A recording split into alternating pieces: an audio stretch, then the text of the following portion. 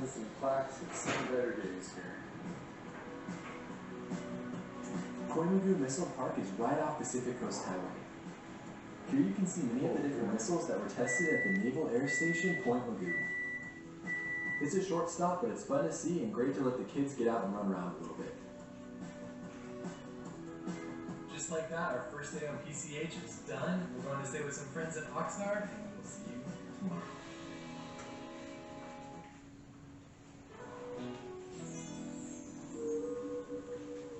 Hey, bud.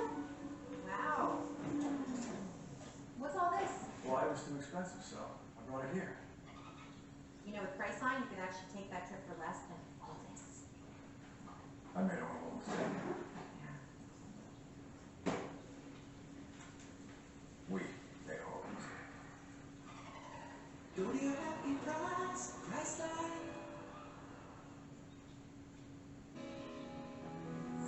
Morning day 2 at Ventura for a Snot Pete's Breakfast House. I was introduced to Pete's about 10 years ago when I saw a Diners, Drive-Ins, and Dives episode that had the restaurant. I've come here many times over the years as it's a fun diner with great food. Starting the day with a pancake roll from Diners, Drive-Ins, and Dives, and Ross has frosted flake French toast because he's a 12-year-old child. The pancake roll is filled and topped with yogurt, fresh fruit, and granola, and it's always a good call. It's a ton of food though, so you could easily share it. After leaving Pete's, we decided to spend a few minutes in Ventura and headed up to Grant Park. Grant Park is a popular place for sunset, but it was pretty early in the day and we were the only people there. The cross is part of Sarah Cross Park, which is inside of Grant Park, and from the historic cross you can see amazing views of the coastline and down to the city of Ventura. Normally you can see the Channel Islands out here, but you can't today. It's a little bit cloudy. This is also a great spot in the city for sunset, but we're leaving Ventura and we're heading to Santa Barbara. If you want more recommendations in Ventura or in Santa Barbara, I have list videos on my channel of some of my favorite spots in each city. This section of the drive is one of the best parts in the Southern California area as you go along the coast the entire way. After about 35 minutes of driving, we made it to downtown Santa Barbara.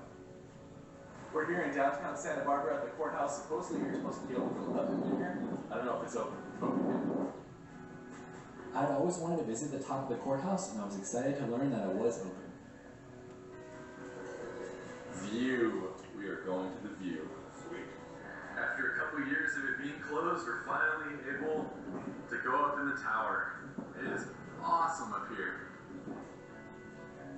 From what I've read online, the Santa Barbara Courthouse Tower is open from 8 to 5 on weekdays. It's a pretty stunning place to access for free as the views of the mountains and the city are incredible. You can even see the Santa Barbara Mission right there. After soaking in the views for a little bit longer, we decided to take the stairs down and see a little bit more of the courthouse. On the way down, be sure to make a stop at the mural room, which is only a few floors below the tower. The murals here cover the walls of the 6,000 square foot room. They were painted by Daniel Grossbeck and they're absolutely stunning to see. The murals tell the story of Santa Barbara, with many of its historic events depicted on the walls. It's one of those places you're going to want to give yourself some time to explore. After finishing the mural room, you can continue to explore the courthouse grounds if you'd like. This building was built in 1929 in a Spanish colonial revival style, and it's a National Historic Landmark. That was a lot of fun. Definitely do it if you're here on a weekday. Now we're heading to the pier. Before we went to the pier, I wanted to show my dad the Morton Bay Fig. The Morton Bay Fig can be found right next to the train station in downtown Santa Barbara. It's supposedly the largest tree of its kind in the United States. The last time it was measured, the circumference of the tree was 41.5 feet. Next we headed out to Stearns Wharf, a popular attraction in the city of Santa Barbara. This is also one of the few remaining piers in California that you can still drive on. The pier has many restaurants, and from here you can board some of the boat tours that take you around the area. I wanted to visit the Sea Center though, as it had recently reopened and I had never been before.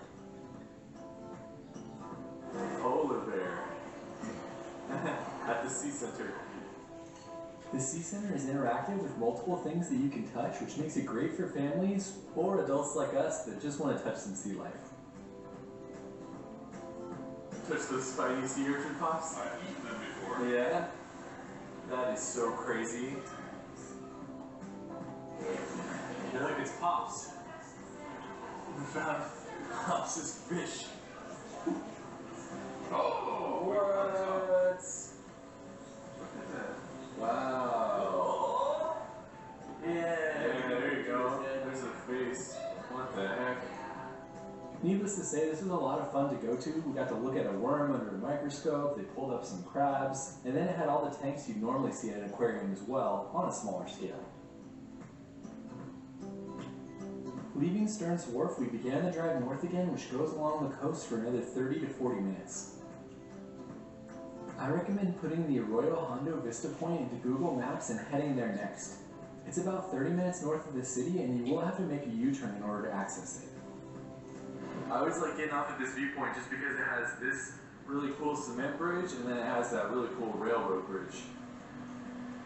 Of course, the bridge on the left is for the trains, and then the bridge on the right was built in 1918 and served as PCH southbound until 1984. It's still an active train track, so don't walk on it. As you continue north, Pacific Coast Highway leaves the ocean views behind and heads inland for a while. Here's also where it goes through one of only a few tunnels on the entire route. Here you'll also have to make the decision to stay on Pacific Coast Highway or go on Highway 101. I often see people talk about visiting Solvang on a PCH road trip, but Solvang is not on the route. PCH goes in through Lompoc here and through a more rural area, or you can stay on Highway 101 and you can head up to Solvang and some of the other attractions. Since this was a PCH road trip for us, we stayed on Highway 1 and headed to Lompoc. If you're interested while you're in Lompoc, they have a ton of murals, so you can stop and see any of the different murals all around the city. The city has 40 different murals throughout the downtown area, many which talk about historic aspects of Lompoc. It's actually pretty cool to be able to walk around or to drive and just to see a bunch of them as you're in the city. We made it to Lompoc at lunchtime, and this is the top rated place in the city, so we're going to check it out. Pops and I are eating salads. Our body needs it. I think this green stuff is called salad. Can't complain about Eddie's Grill, it had great food. Before leaving the city, we're stopping at La Purísima State Historic Park, which is a recreated old mission, and it's actually a really fun spot. Josh and I have taken an apple for our salad lunch. La Purísima Mission was one of the 21 Spanish California missions. It was founded in 1787 and at one point in time had 300,000 acres. The area is run by the state park system now, and it's really well preserved. It gives you a fascinating understanding of this interesting part of California's history. This is the apartment of the highest ranking officer at the time. A little sparse. They still have the chapel, the different barracks rooms, and many animal corrals, all of which show you what life would have been like during this time period. Check out this epic bull. Look at those horns on that thing. What would you think about La Purísima? It's really educational. It really gives you a feel for what these missions must have been like. They did a really good job restoring everything. It's definitely worth the stop if you're interested in this kind of history. Don't hit the porta potty truck, Pops. The word shot, get the porta potty truck on the road. Yeah. Real PCH. Along this portion of the drive, there's lots of farmland as you enter the small town of Guadalupe. The center wasn't open when we were there, but it talks about the unique history of Cecil B. DeMille's 10 Commandments, which was filmed in the dunes in 1923. Before heading on to Pismo Beach, we did a little detour to do a short hike.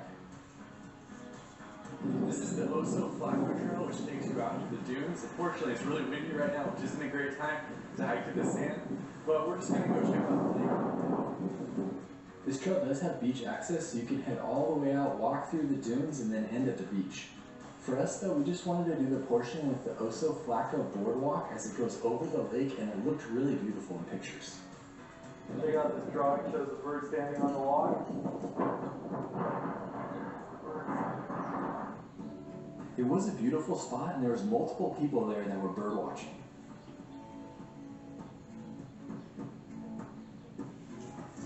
We're saying goodbye to the lake.